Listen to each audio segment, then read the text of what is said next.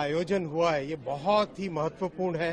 सामाजिक समरसता का, हमारे भारत में, हमारी सभ्यता में एकता का संदेश है। इसमें मैं धन्यवाद देना चाहूँगा माननीय प्रधानमंत्री श्री नरेंद्र मोदी जी को, उनके नेतृत्व में इतना जबरदस्त आयोजन हुआ। मैं धन्यवाद देना चाहूँगा माननीय मुख्यमंत्री श्री योगी आदित्यनाथ जी को, इतना अच्छा इसमें आयोजन हुआ। मैं साथ ही धन्यवाद देना चाहूँगा बिहार और मध्य प्रदेश के मान्यवर मुख्यमंत्रियों को भी। सबके सहयोग से रेलवे ने सबका एक साथ मिलकर एक बहुत क्लोज कोऑर्डिनेशन के साथ काम हुआ और उस क्लोज कोऑर्डिनेशन के कारण जहां हमने 13,000 ट्रेन की प्लानिंग की थी, 16,000 से ज्यादा ट्रेन, 16,000 से ज्यादा ट्रेन चलाई। करीब 4.5 से 5 करोड़ के आसपास श्रद्धालुओं को लेके इसमें संगम में और महाकुंभ के दर्शन के लिए ला पाए। बहुत ही क्लोज कोऑर्डिनेशन रहा राज्य की पुलिस के साथ, आरपीएफ का, जीआरपी का और जो रैपिड एक्शन फोर्स वगैरह जो लगी, सबका क्लोज कोऑर्डिनेशन रहा। रेलवे के सभी विभागों का बहुत अच्छा क्लोज कोऑर्डिनेशन रहा।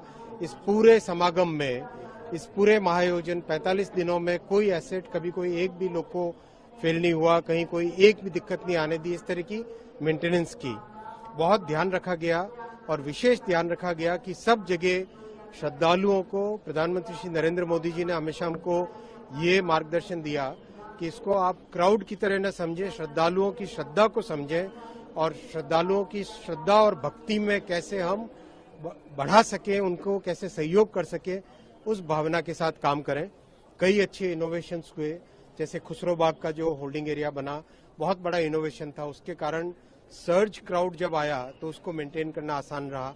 जिस तरह के होल्डिंग एरियाज बने, चाहे झूसी में हो, चाहे नैनी में हो, चाहे चौकी में हो, चाहे प्रयागराज जंक्शन में हो, चाहे प्रयाग स्टेशन में हो, उन सब के कारण, होल्डिंग एरियाज के कारण बहुत बेनिफिट मिला। आपस में विभिन्न सरकारों का और रेलवे का जो कोऑर्डिनेशन रहा, उसका भी बहुत लाभ मिला।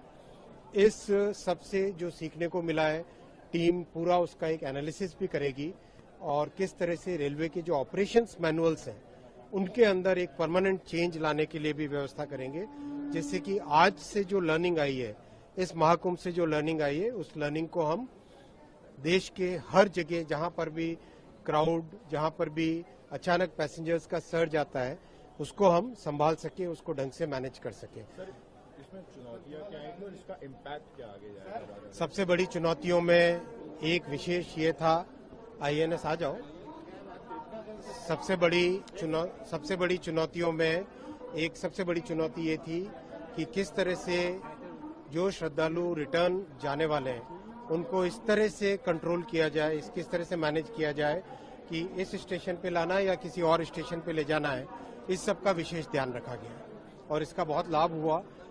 जैसे मैंने बताया आपको खुसरो बाग के होल्डिंग एरिया के बना देने से एक सिग्निफिकेंट इम्प्रूवमेंट आया। एफओबीज 12-12 मीटर के जो बनाए, उसका सिग्निफिकेंट इम्प्रूवमेंट आया। जो वॉर रूम बनाए गए हर स्टेशन पे, डिवीजन में, जोन में, रेलवे बोर्ड में, उस वॉर रूम से बहुत अच्छा क्लोज कोऑर्डिनेशन हो पाया। किसी भी फील्ड से जो भी इनपुट आता था, उस इनपुट के ऊपर तुरंत रेलवे बोर्ड से उसका अप्रूवल, कार्रवाई वो करना, उसका एक बहुत बेनिफिट मिला। तो इस तरह की जो चीजें लर्निंग्स आई है, उसका देश भर में लाभ होगा।